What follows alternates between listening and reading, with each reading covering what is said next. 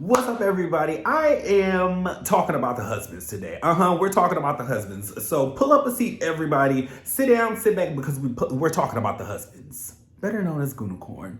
Welcome. How you doing? How you mom and them? How you kids? All right, please go breastfeed. Pauses, breastfeed. Do whatever you got to do. Go grab a snack and bring it on back because we are getting into the things. We are talking about the things today. Okay, so. But before we get into all of that mess, make sure you like, share, subscribe. Do what you're supposed to do when you know you come into somebody's YouTube house. You like, you share, you subscribe, you kick off your shoes and relax your feet.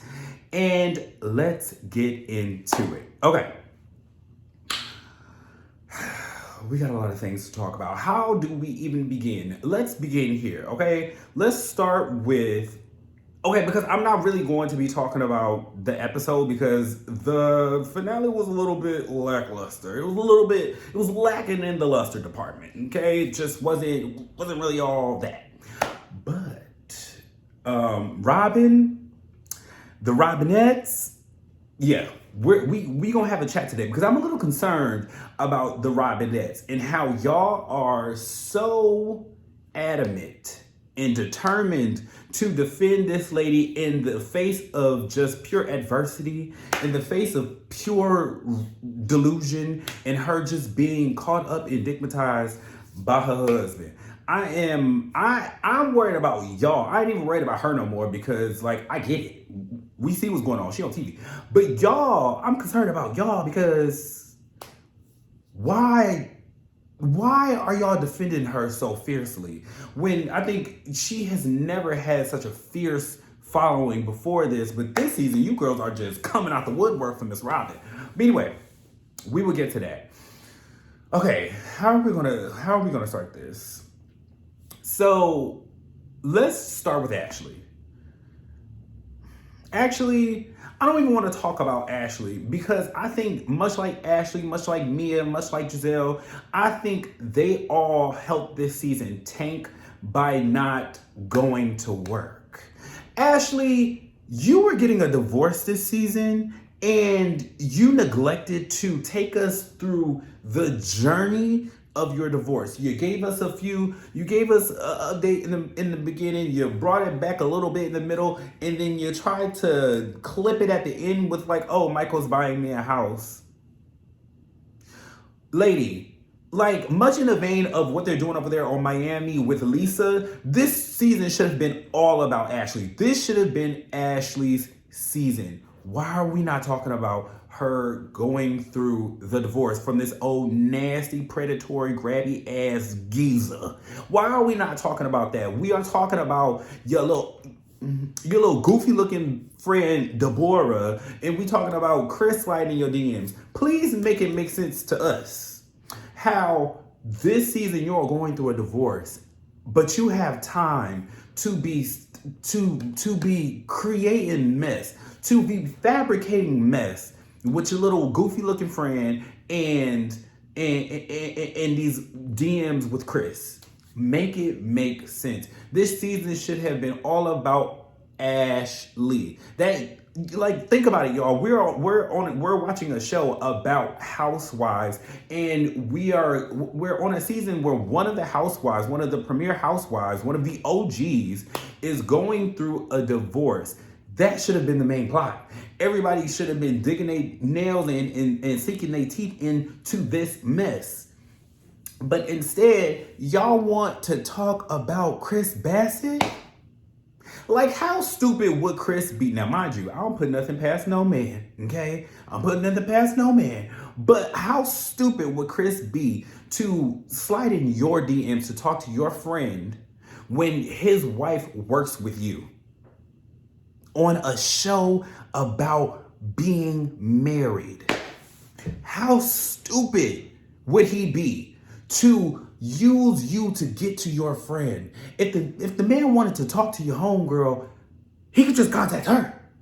Like, the storyline fell flat, okay? The storyline has run stale. The storyline for me has run stale. So we have that storyline, that plot just fall through, okay? Then we got Mia. Mia cancer, no cancer. We don't really know what to do with that. Mama is in and out of this health battle, but we aren't really following that journey. We started off in the beginning because it was like salacious mess, and the girls who were most sure that she was lying just kind of somewhere in between it, just like took the foot off the pedal a little bit. Like, I want to know. Well, I already know. Giselle and Robin wanted to ice out Wendy and replace her with Jacqueline and Mia. So I get it. Okay, I get Giselle's game plan. I got it. Giselle, nothing going on all season. Nothing going on. Not a relationship. Not her like really exploring things about being mothers. Like, her daughters are on the cusp of womanhood, and y'all correct me if I'm wrong, because I feel like I've watched every episode. I do think that I reviewed every episode.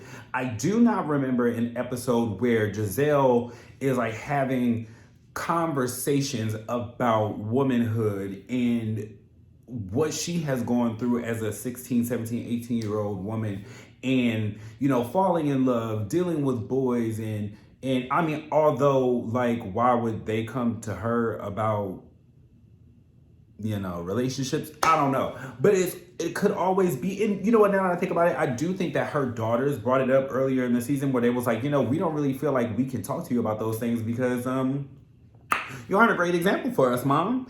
So, but I would have liked to see Giselle, I don't know, even go through therapy or something, have a therapy session with her daughters, just to be like, you know, if there is something that I did in my relationships to where I have tainted love for y'all, or I did something that damaged y'all psychologically, I would like to explore that. And I think that would have been a great story as her being a mother, which is her only personal story on this show, like her being a mom. We don't get to see that often. So I really do think that it would have been cool to see Giselle try to navigate the waters of watching her little girls become women. That could have been something we could have been talking about. We could also be trying to see Giselle dating. I'm absolutely certain that Giselle, as beautiful as she is just out here dickless. Like, I'm not the whore Hampton. Not the whore Hampton. So Giselle, nothing going on. So what do? We attack Chris. We say Chris is making me feel uncomfortable. We plant these little seeds of Chris is inappropriate. Chris is he can't be trusted alone. We plant these little seeds in the audience's head about Chris to paint this picture, right? Now, you don't necessarily need to say that somebody is a predator in order to say that somebody is a predator. You can say, this person got me alone in a room and he made me feel very uncomfortable. He put his hand up right here and he was just a little too close to my body as we were speaking. And as I was trying to nudge my way out, I just didn't really feel like I could get out. Like, you're not saying at all that you're not saying at all that this person did anything wrong, because technically he didn't, but you are planting all of the seeds of this person he makes women feel uncomfortable. He is not to be trusted around women outside of his wife's presence or something like that. Like, Giselle, that is one of the most dangerous storylines that I have heard since Phaedra with the fake ass you know, y'all know what happened. I don't know if I can say that on YouTube, child. I ain't getting monetized yet, so I probably can say what I want to, and I should probably enjoy that until, you know, that time comes. But anyway, so, girl, that was flop. The storyline has run stale. We didn't care about it like that. The first couple of, y'all spent like half the fucking season talking about this shit. And, you know, towards the end of the season, it seems like her and Candace came to some sort of resolve. But in my opinion, I'm just like, well, Did y'all? Because we didn't even get to see it. So it's like, again, we got all this buildup, all this momentum with no payoff. We didn't even get to see Giselle and Candace actually have the conversation to where they came to this cordial resolve to where Candace can invite her to her single release party. It's just like, how did we get here? Production, how did we get here? Oh, because I'm coming for you, Eric. Where's Eric? Yeah, because we coming for you. You just wait. You buckle up, Eric.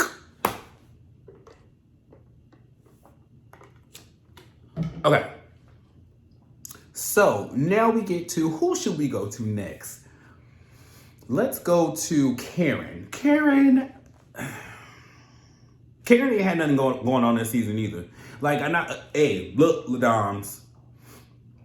Season 5, I was a very big fan of Karen. I think that of everybody that season, I probably liked her the most. Probably up until around the reunion when she got to line up out her ass. But that's what we come to expect from Karen. She's going to deflect. She's going to skirt around conversations. She's going to get up. She's going to storm out when the heat gets hot. And she's going to protect her union. And I think that's what we come to expect from Karen. But Karen ain't had nothing going on this season. And I just would expect a vet to handle Charisse like... I understand what Karen was doing, right? So Karen wanted to avoid any conversation with Charisse at all because she did not want to help platform Charisse. She did not want to solidify Charisse's place back on this show. Now, whether or not Charisse showed up to her mother's funeral to get back in good graces with Karen so she can get back on this show, that's to be determined. I can't really make up in my mind whether that was that woman's intentions or not. To me, it sounds a little far-fetched because if that's who you are for real, like that's some low down dirty ass shit for real. But I don't know. I'm not 100% on board with that. However, I think that at some point you can avoid the conversation once, okay? You can avoid the conversation twice, maybe. The third time Charisse comes around and you steady like avoiding conversation, you get up and walking out and you not handling your business, like I get it. And to all the doms, y'all chill out.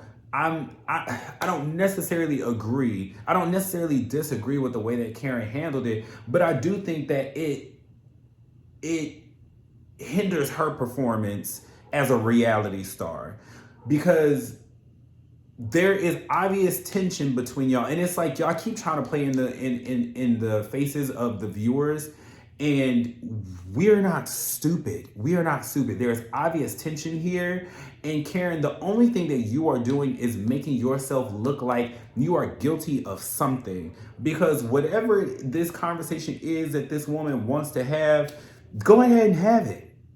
You gonna lie about it anyway. You gonna deflect from it anyway. Go ahead and have the conversation. And then, and Karen is so good at reading, because when it comes to Robin, she gonna check Robin ass every single fucking time. There's videos going around right now of Karen just wrapping Robin up. But she didn't handle Charisse in the same way, which says to the audience, like, there is something there that Karen really doesn't want she doesn't want that lid open, for real. And I'm just like, girl, talk about it. Like, what's Charisse gonna do? She gonna whoop your ass? Y'all bamming on them tables. Okay, carry it over. Did we talk about everybody else? Candace, let's get to Candace, okay? Candace had a great season this season. I don't care what y'all say. Y'all know Candace is my girl. She been my girl ever since I started this show. Candace has been my girl, and she probably always gonna remain my girl. For all of you girls that are coming out of y'all neck now about Candace, after y'all done been riding for Candace all season, and now y'all deciding to come for Candace because she is speaking truth about Robin and her situation, y'all, you're showing your colors. You're showing your colors, Robin. And the colors is light skin. Okay, I'm playing. Okay, anyway. So Candace had a great season this season. All season. She was ducking and dodging these hoes. Boo, boo, boo. uppercutting, windmilling, hair pulling, wow, wow, wow. Candace was doing backflips and alley-oops. Candace was on go mode this whole season. Her confessionals were great. You know, some of the looks were a choice, but her confessionals were funny. Her scenes with the girls was funny. Like, Candace was really having a good season this season. If I ever got to interview Candace, one thing I would really like to know is, like, how does she feel about overcoming the housewives stigma of like music, the housewives stigma of making like mediocre music, first of all, but also doing that shit on the heels of being one of the most hated housewives of all time. Like, Candace was really one of them girls. She was like in the likes of like the Erica Janes and the Lisa Rinnas. Like, people really signed on to Twitter every day just to bully Candace, and that girl stood there 10 toes down. I want to know how does it feel to, one, be vindicated, two, to come out on the other side, like, and get to bask in get to bask in the glow of the other side. I want to know, how does it feel to be on the other side? Because her journey has been great to watch. And y'all can correct me if I'm wrong, but I don't think that Candace has ever backed out of Twitter. She ain't ever backed out off of this show. She has always stood her ground. She's always been herself the entire way through. So now that some of you girls are deciding to find the time to be upset with her about this Robin thing, you're showing your colorist colors. Wendy.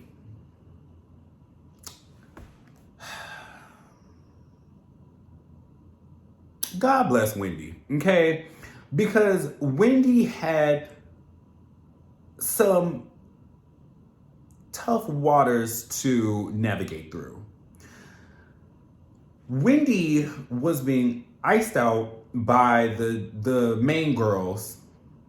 The main girls, well, yeah, she was being iced out by the main girls, Robin and Giselle. And she had to like fight her way to be in scenes. And I'm getting to production. I'm coming to production last.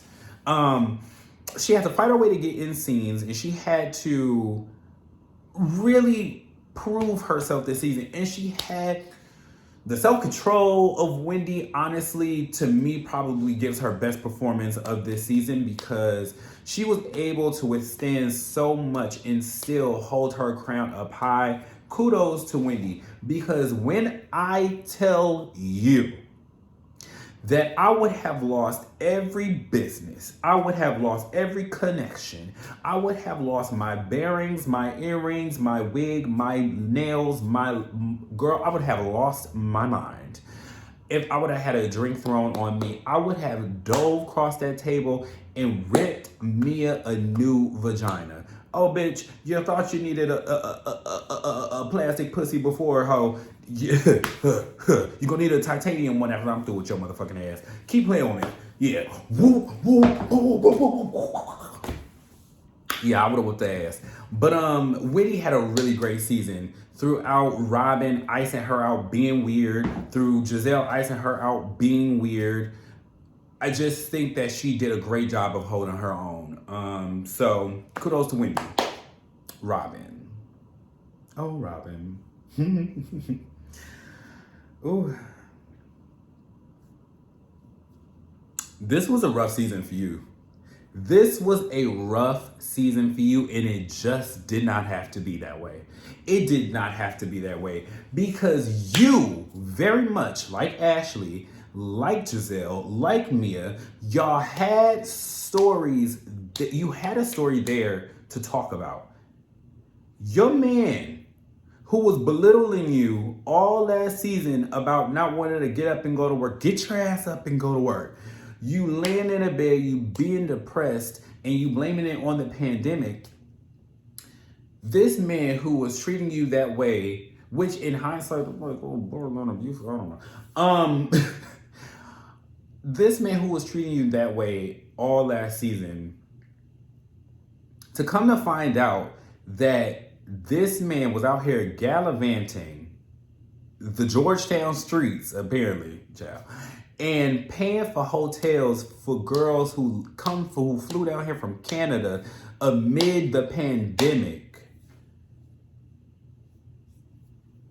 That was a major story for you. Do you know how relatable that story is for a lot of people? And honestly, you know what? I'm about to give the Robinettes a little bit of grace, because that could be why so many people are defending Robin these days, because they see themselves in her now. Y'all see similar storylines in y'all, that desperation, that insecurity. Robin is dedicated to living a life of like discomfort. She is comfortable in discomfort, because nothing about Robin's relationship seems like fun. They seem like, two niggas who can't pay their bills without each other. So, hey, let's just live in the same house.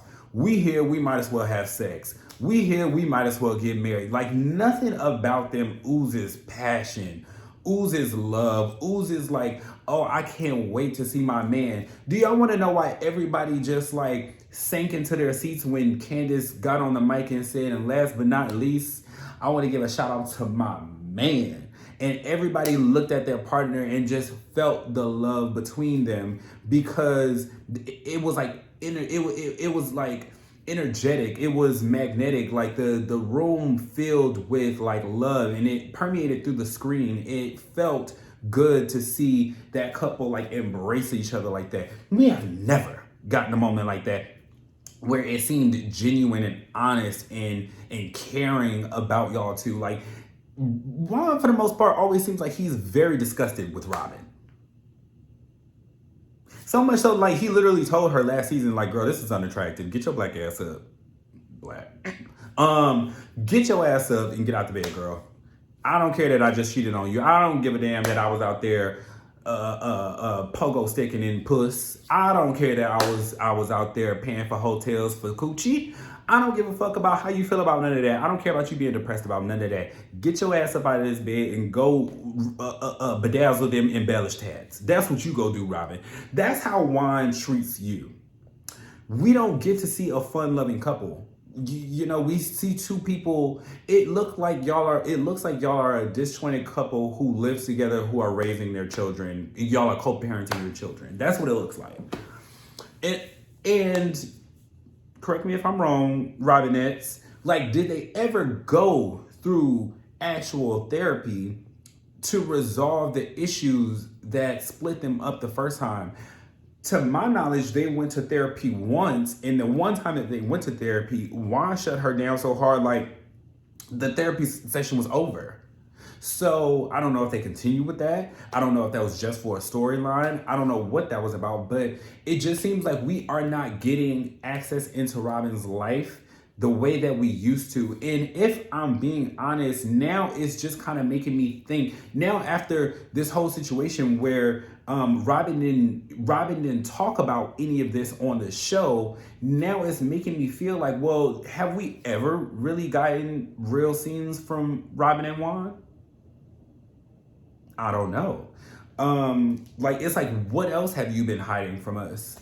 And I think that was one of the reasons why I initially liked Robin, because it felt like she was the most authentic character of her bunch, and she had the most unique story of her bunch. Like, we don't get to see a couple who is divorced and still living together and raising their children together. Like, how does that work? And now that I think about it, like, I don't think that we ever really went deep with that story. I don't think that we went deep enough with that story, like, about Juan dating other people while he's living in the same house with you, while you trying to figure it out. I don't know. It's seeming like Robin has a well of material there that she is not allowing us to see. But one thing about these cameras and these thirsty girls on the blogs and the rest of that, they gonna air your shit out every time. So it would have been better for you to air your story out than to wait for the season to be over for this girl to come and air y'all out. And then, like, to me, if you are not gonna talk about it on the show, why talk about it at all? Then you charge people. I want to know which one of y'all paid for that. I want to know, Robinettes. Now I'm about to talk to y'all, Robinettes.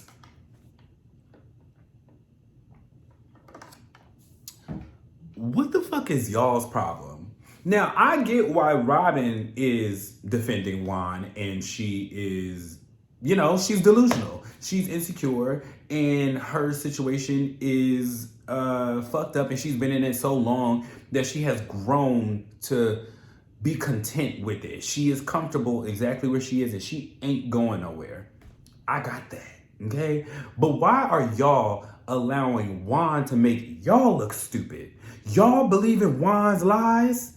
Now, please tell me which man y'all know is out here dropping however much money, because I don't even know because I didn't look at the documents. I really don't care that much.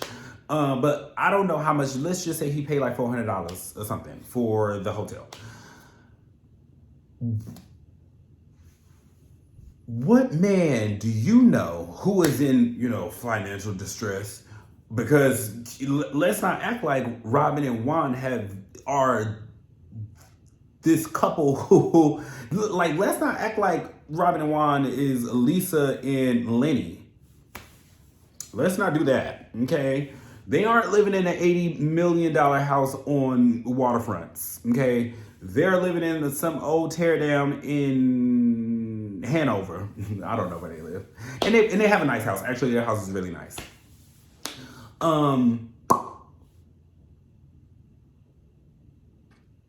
So y'all gonna have to explain to me why y'all are allowing Juan to make y'all look stupid. I don't know, but okay. I'm off of Robin. I'm off of you, Robinettes. My last line is for production. Y'all, if everybody else is averaging out to like a C+, C+, C-, y'all got an F across the board. Because the way that y'all did not finish these stories, like this season to me felt like when like, you ever go out like and you bump into the same person all the time, whether it's like the club, the gym, the coffee shop, the pizza shop, wherever you go, you bump into somebody, the cashier, you think it's cute, like y'all always flirting or whatever, then you get in your mind like, ooh, oh my God, that man would take me down, honey. Yes, you go to your bed all hot and bothered and stuff because you just filled with all this lustful passion that you dreaming up. And then y'all go out for drinks one day, you get sloppy drunk, you come back to the house and you get to going, and as you going, you're like,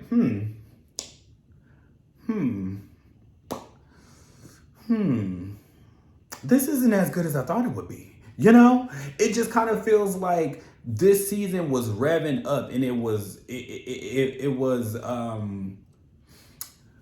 built up to be this explosive season, and it just feel like it went nowhere. I didn't get my nut. Neither did really anybody else. Are y'all proud of this season? Where's Eric? Eric, I'm talking to you. Are y'all proud of this season? Everybody is blaming y'all. This is bad. This is bad. And it's bad because y'all are not forcing these girls to have the necessary conversations. There's no way that Wendy should have been iced out all season. She and Giselle barely had any discussion. I think they had one episode where they had where they actually spoke to each other. No. Giselle, let me holler at you for a second. Goblin, let me holler at you for a second, mama, because you understand that we're filming an ensemble cast, and this lady is a part of the cast. If y'all are not going to be having conversations to work things out, y'all are about to be arguing. Figure it the fuck out. You need to figure it the fuck out. Sorry to tell you, boo. I don't think that it's fair that Robin was able to treat her that way. I just don't. Yeah, this season was a letdown, y'all. This season was a letdown. But we made it. We made it through. I made it through. I'm so proud of me. I'm proud of me because I challenged myself to be committed to making this, to uploading a video every single week. And I did that for 16 weeks straight. I'm so proud of me.